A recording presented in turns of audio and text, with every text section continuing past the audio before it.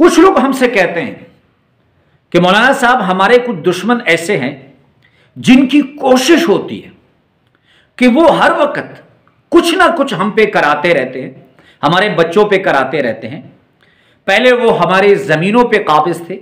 ہم نے 30-35 سال بعد عدالتوں کے ذریعے ان کے حلق میں ہاتھ ڈال کر وہ زمینیں ان سے نکلوائیں، جائیدادوں جو ہمارا حق تھا وہ ہم نے نکلوایا۔ اس کے بعد وہ ہمارے پاس رشتے لے کر آئے کہ ہم آپ کی بچیوں سے رشتہ کرانا چاہتے ہیں، یا بھتیجوں سے یا بھانجیوں سے، تو ہم نے انکار کر دیا کہ ہم آپ کے ساتھ کوئی رشتہ رکھنا نہیں چاہتے۔ اس کے بعد وہ ہمارے پیچھے پڑ گئے، ایسے پیچھے پڑے کہ وہ عاملین اور جادوگروں کے پاس جا کر ہمیں مختلف طریقوں سے پریشان کرنے کی کوشش کرتے رہتے ہیں۔ اللہم صلی علی محمد وعلی آلہ وبارک وسلم۔ لاکھوں کروڑوں درود و سلام امام الانبیاء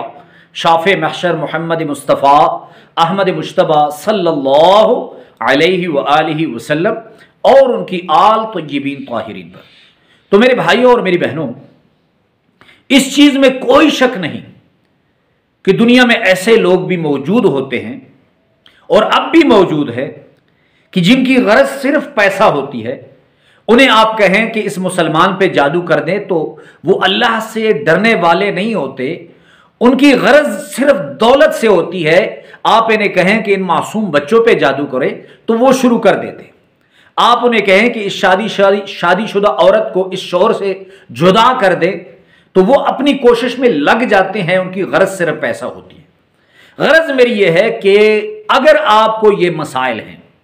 اگر آپ کا کوئی دشمن ایسے ہے کہ جو آپ کو جادو جنات کے ذریعے پریشان کرنے کی کوشش کرتا رہتا ہے، اس کی یہ توفیق نہیں ہوتی کہ تھانے کے ذریعے عدالتوں کے ذریعے آپ کو پریشان کرے، لیکن وہ 40,000 50,000 1 لاکھ دے کر کسی جادوگر کالا جادو کرنے والے پاس جا کر آپ کو پریشان کرتے ہیں،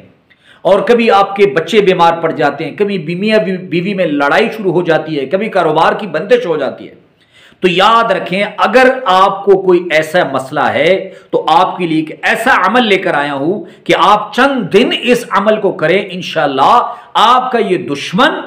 آ کر آپ کے قدموں میں گرے گا کہ اس بار ہمیں معاف کر دیں۔ یہ قرآنی علاج ہے،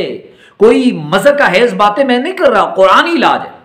آپ نے ایسے کرنا ہے کہ قرآن کی ایک آیت ہے، بسم اللہ الرحمن الرحیم، پہلے پارے کی، صم بکم عمی فہم لا یرجعون۔ آپ نے ایسے کرنا ہے کہ دن کی روشنی میں، رات کی لائٹ بلب میں نہیں یا چاند کی روشنی میں نہیں، دن کی روشنی میں آپ دھوپ میں بیٹھیں، کمرے میں بیٹھے، اگر دھوپ میں بیٹھ کر یہ عمل کریں تو بہت بہتر ہے۔ آپ نے 70 مرتبہ اول آخر درود شریف پڑھ کر آپ نے اس آیت کا ورد کرنا ہے، صم بکم عمی فہم لا یرجعون، اور اس کے بعد تصور میں اگر دشمن معلوم ہے تو اس کی طرف دم کر دیں، اگر نامعلوم ہے تو تصور میں اس کی طرف دم کر دیں، اور اس کے بعد دعا کر لیں کہ یا اللہ یہ جو مجھے ناحق ذلیل کرنے کی کوشش کر رہا ہے تو ہی میری طرف سے اس کا انتقام لے۔ اس عمل کی آپ کو اجازت ہے، ایک مرتبہ کمنٹس باکس میں درود شریف صلی اللہ علیہ وآلہ وسلم لکھ لیں۔ اللہ ہم سب کا حامی و ناصر ہو، وآخر دعوانا ان الحمد للہ رب العالمین۔